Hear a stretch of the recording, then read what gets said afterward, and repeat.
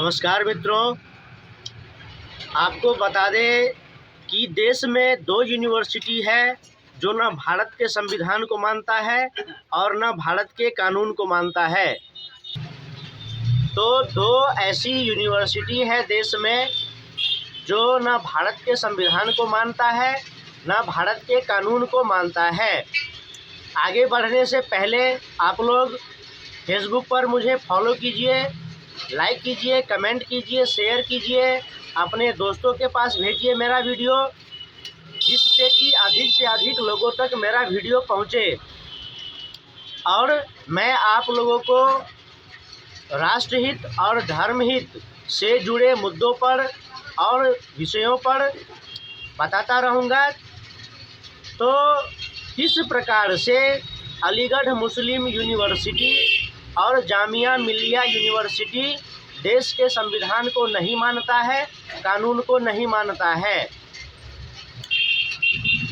आरक्षण के लिए बहुत लंबे समय से देश में राजनीति किया जाता है और केवल दलितों के नाम पर, वंचित पिछड़ों के नाम पर राजनीति करके बड़े बड़े राजनीतिक दल खड़े किए गए हैं और बहुत सारे लोग केवल आरक्षण, दलित, दबे कुचले के नाम पर राजनीति करके, राजनीतिक दल बना करके आज राजनीतिक गलियारे में ऊंचे ऊंचे पदों पर पहुंचे हैं और संसद तक पहुंचे हैं, विधायक बने हैं, मंत्री बने हैं। लेकिन आज कोई भी दलित चिंतक, दलित का नेता, दलितों का राजनीतिक दल यह कभी नहीं आवाज़ उठाता है कि अलीगढ़ मुस्लिम यूनिवर्सिटी में दलितों को आरक्षण के हिसाब से सीट क्यों नहीं दिया जाता, दलितों को आरक्षण के हिसाब से नामांकन क्यों नहीं लिया जाता, दलितों को लेक्चरर, प्रोफेसर क्यों नहीं बनाया जाता है अलीगढ़ मुस्लिम यूनिवर्सिटी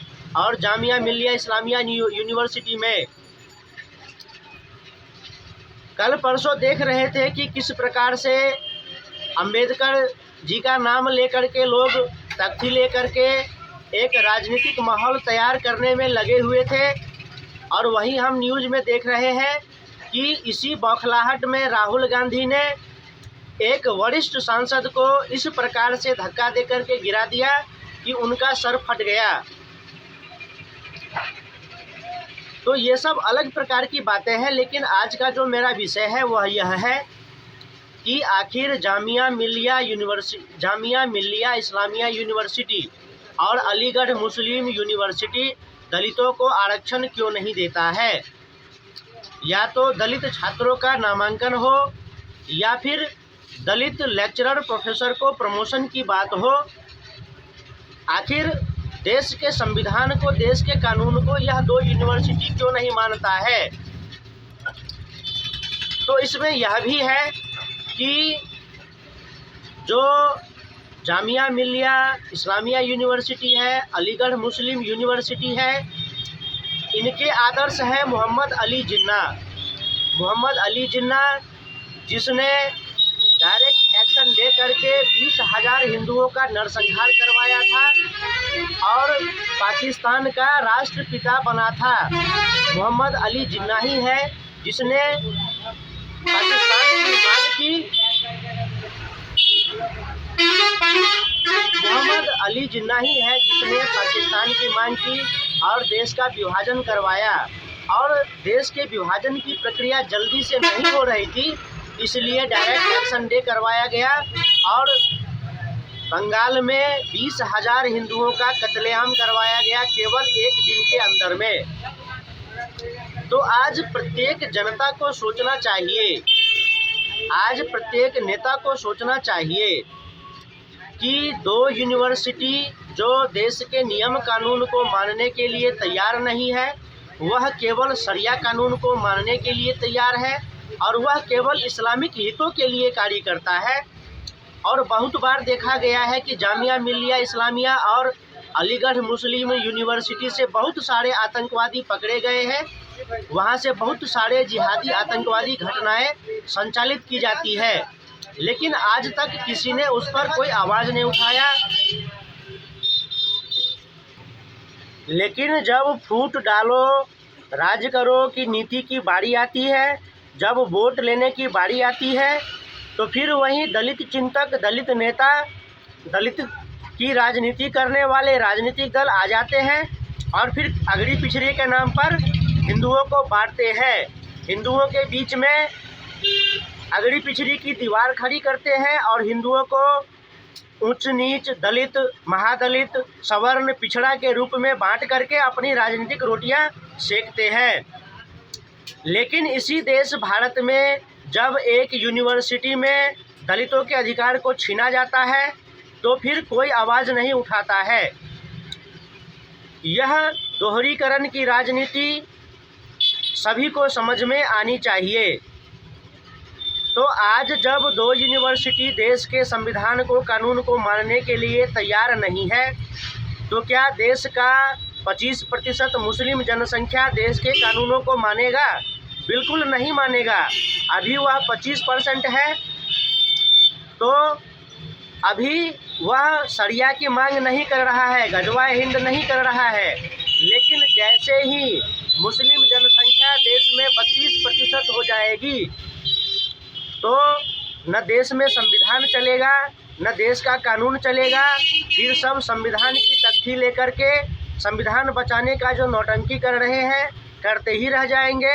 बाबा साहेब के नाम पर जो राजनीति करते हैं करते ही रह जाएंगे।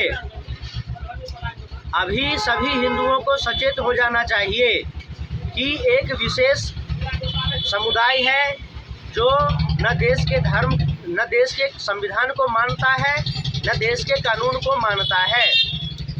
इसलिए सभी हिंदुओं को मिलकर आवाज़ उठाना चाहिए कि देश चलेगा तो संविधान से, देश चलेगा तो देश के कानून से, न कि मोहम्मद अली जिन्ना के अनुसार देश चलेगा, न ओवैसी के अनुसार देश चलेगा और न ही शरिया कानून के हिसाब से देश चलेगा।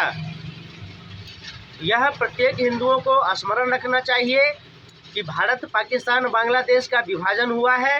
बांग्लादेश में एक भी हिंदू यूनिवर्सिटी नहीं है, पाकिस्तान में एक भी हिंदू यूनिवर्सिटी नहीं है, बांग्लादेश में तो हिंदू है ही नहीं, तो यूनिवर्सिटी की बातें हम कर ही नहीं सकते। लेकिन यहाँ भारत में देखते हैं कि अलीगढ़ मुस्लिम यूनिवर्सिटी हो, जामिया मिलिया यूनिवर्सिटी हो, अरबों रुपए सरकार के द्वारा इन कॉलेजों को दिया जाता है, लेकिन सुविधा के नाम पर इन कॉलेजों में कुछ भी नहीं है। मुस्लिमों के लिए तो ढेर सारी सुविधाएं हैं अलीगढ़ मुस्लिम यूनिवर्सिटी और जामिया मिलिया इस्लामिया यूनिवर्सिटी में, लेकिन हिंदुओं के लिए वहाँ पर कोई सुविधा नहीं है। हिंदू लड़कियों, महिलाओं के साथ छेड़छाड़ किया जाता है। हिंदू लड़कियों, महिलाओं पर दबाव बनाया जाता है कि तुम्हारा नामांकन तभी होगा, तुम्हारा प्रमोशन तभी होगा जब तुम इस्लाम कबूल करो, किसी मुस्लिम से निकाह करो। बहुत बार देखा गया है कि जामिया मिलिया यूनिवर्सिटी में हिंदू लड़कियों को प्रताड़ित किया जाता है, तंग किया जाता है और धर्मांतरण के लिए दबाव बनाया जाता है। तो मुझे तो देशभक्ति का नशा है, मुझे देशभक्ति का नशा है। इसमें कुछ लाभ होता है तो सही, कुछ हानि होता है तो सही, लेकिन राष्ट्रहित और धर्महित की बातें उठानी चाहिए, राष्ट्रहित और धर्म की बातें करनी चाहिए और एक धर्म सेना के रूप में कार्य करना चाहिए। हम एक धर्म सेना के रूप में कार्य करेंगे और यह हम कर सकते हैं, चाहे हम नौकरी करते हो, व्यापार करते हो, शिक्षण का कार्य करते हो या अध्यापन का कार्य करते हो। हम कुछ समय तो अपने देश और धर्म के लिए निकाल ही सकते हैं और लोगों को जागरूक कर ही सकते हैं। फिर मिलेंगे अगले वीडियो में, लेकिन आप लोग फॉलो करना ना भूलें, लाइक कमेंट शेयर करना ना भूलें और यूट्यूब पर भी चंदन कुमार झा @जय हो हिंदू नेशन सर्च करेंगे, वहाँ पर आपको मेरा चैनल मिलेगा, उसको सब्सक्राइब करेंगे, लाइक करेंगे, कमेंट करेंगे, शेयर करेंगे और फेसबुक पर तो अवश्य ही फॉलो करें, लाइक कमेंट शेयर करें और अपना प्रेम स्नेह आशीर्वाद बनाए रखें। जय श्री राम, जय माँ भारती।